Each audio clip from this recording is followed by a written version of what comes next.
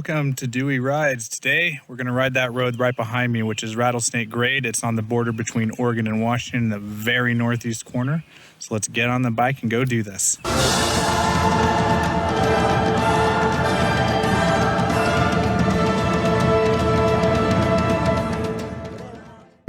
Well, hello YouTube, it's me, Dewey, and if this is not your first time watching me, then welcome back. If it is, then hello and welcome. What is happening is I am at the tail end of an 11-day motorcycle trip all around the western US, and today I am riding Rattlesnake Grade, as you saw in the introduction.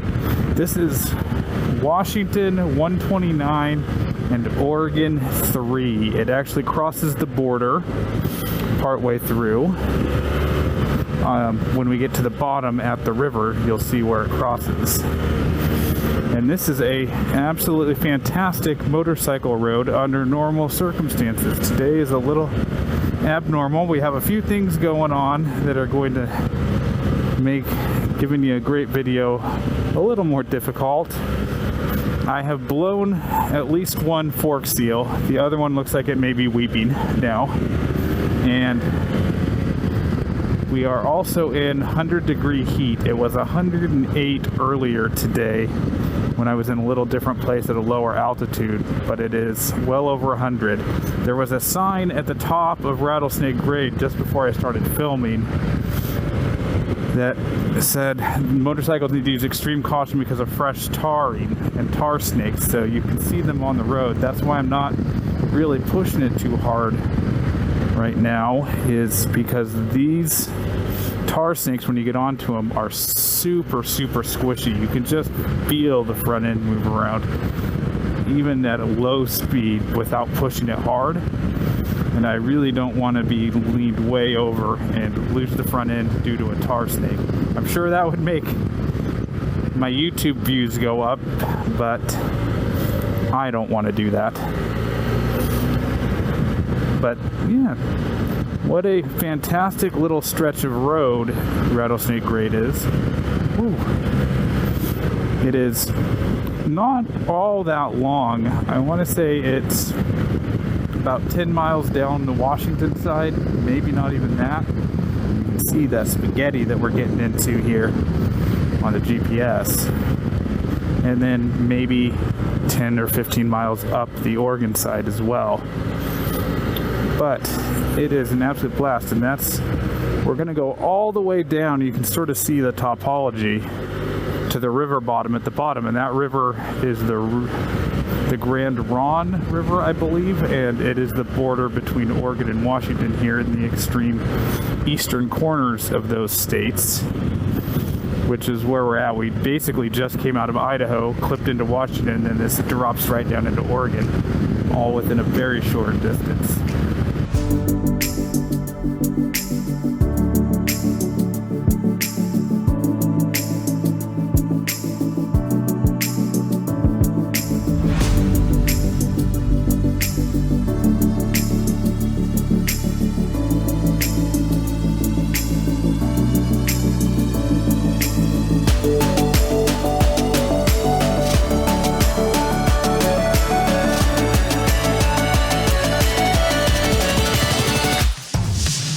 But I will say, compared to some of the other roads that I've ridden, I love Lolo Pass. But it's not what this is. This is an unbelievably fun motorcycle road when you don't have squishy tar snakes in 100-degree weather that have been freshly laid down. Normally I would be going significantly quicker in this, but I can feel the front scatter and get loose on every one of these. So I'm just taking a nice relaxed pace today. There's more of the road down there. So we'll work ourselves all the way down there. You can actually see the road from that viewpoint. And again from there you can see it climbing all the way down the hill. We may be able to get a little more exciting footage from the Oregon side because it may not have had maintenance recently done on it. But regardless of the shape of maintenance, it's beautiful out here, and As you can see, as we're dropping altitude, we're up to 103 degrees. Said it was 108 when I was down at a lower elevation earlier, and it went down to 95 up at the very top of these hills. But now that we're dropping down, I'm expecting that it's going to get really hot again until we climb back out the other side.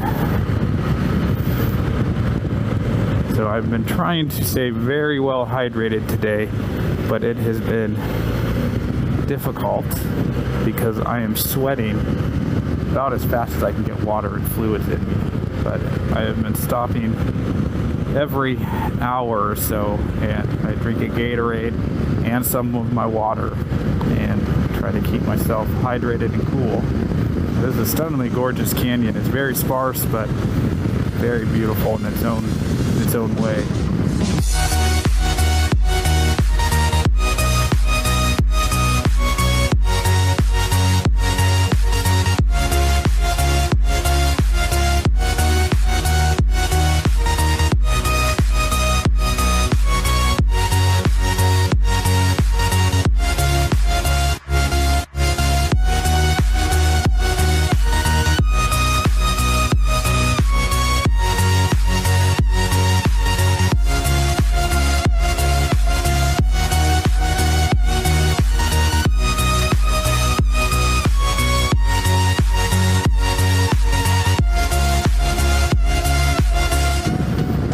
We're not going to stop today, but there is a little restaurant slash camp area right down here called Bogan's Oasis. It is fantastic for getting a great milkshake. A lot of days I might stop and get a milkshake, but honestly at 106.7 at almost 107 degrees, I don't want a milkshake. I just want to breeze through till I get to cooler weather, hopefully up in the hills. We're going to start climbing now because we've hit the bottom of the river. If you want to get your bearings on where exactly this road runs from, the easiest way to get to it is from either Enterprise, Oregon on the south side of it, and you go north from Enterprise on Oregon Highway 3 and it'll turn into this. Or coming south from Lewiston, Idaho, and Clarkston, Washington, you can get on 129 going south from there. And that has a really fun little climb up the hill out of town, and then you get on this plain on a prairie that you're on for about 10 miles before you drop into this canyon for Rattlesnake. See why it's enjoyable. We had those tight twisties. We get some big sweepers here while we're kind of riding along the valley floor until we go up the Oregon side. See, there's the road going up the other side. That's where we're going to eventually go climb.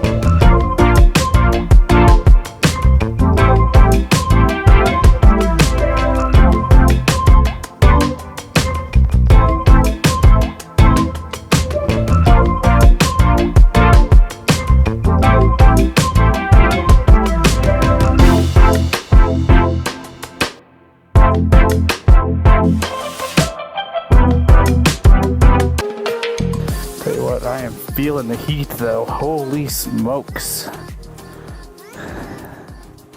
Just hoping that it cools off when we get to the very top. So there you go, so that's the road we came down right there.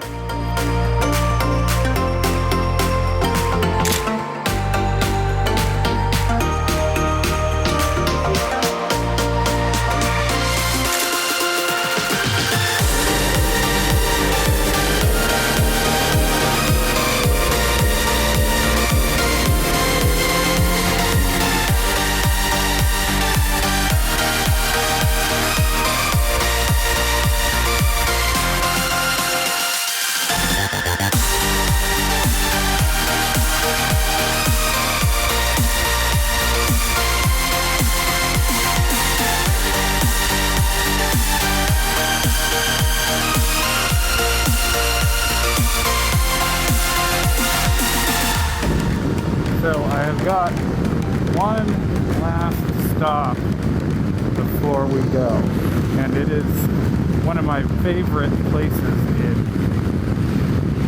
all of Oregon. I think it is absolutely stunningly beautiful, and it falls into the stuff that we've done on the last few episodes on this trip. You go back 2 episodes back, we stopped at Big Hole Battlefield, which is where the Nez Perce Indians fought and lost against the U.S.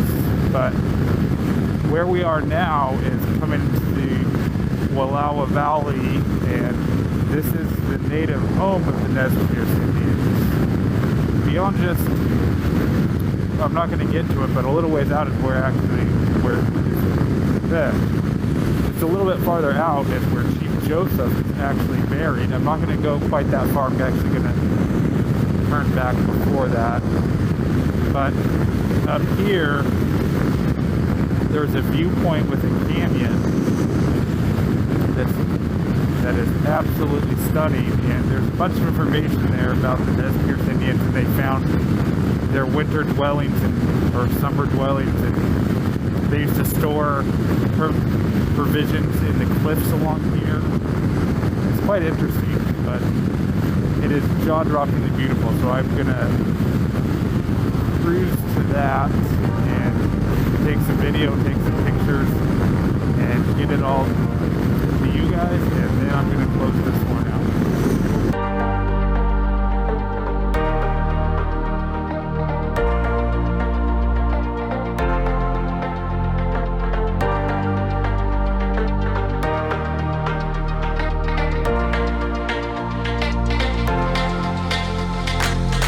Well, that is Chief Joseph Canyon. So everybody, thank you for watching all these videos. Thank you for watching this series. I hope you guys enjoyed this trip as much as I did. Outstanding trip. I had a great time. I hope you enjoyed this video. But I'm gonna get going. I'm riding tomorrow, but there's nothing really scenic to see. I'm gonna have to ride the freeway to get home. So until next time, Dewey out.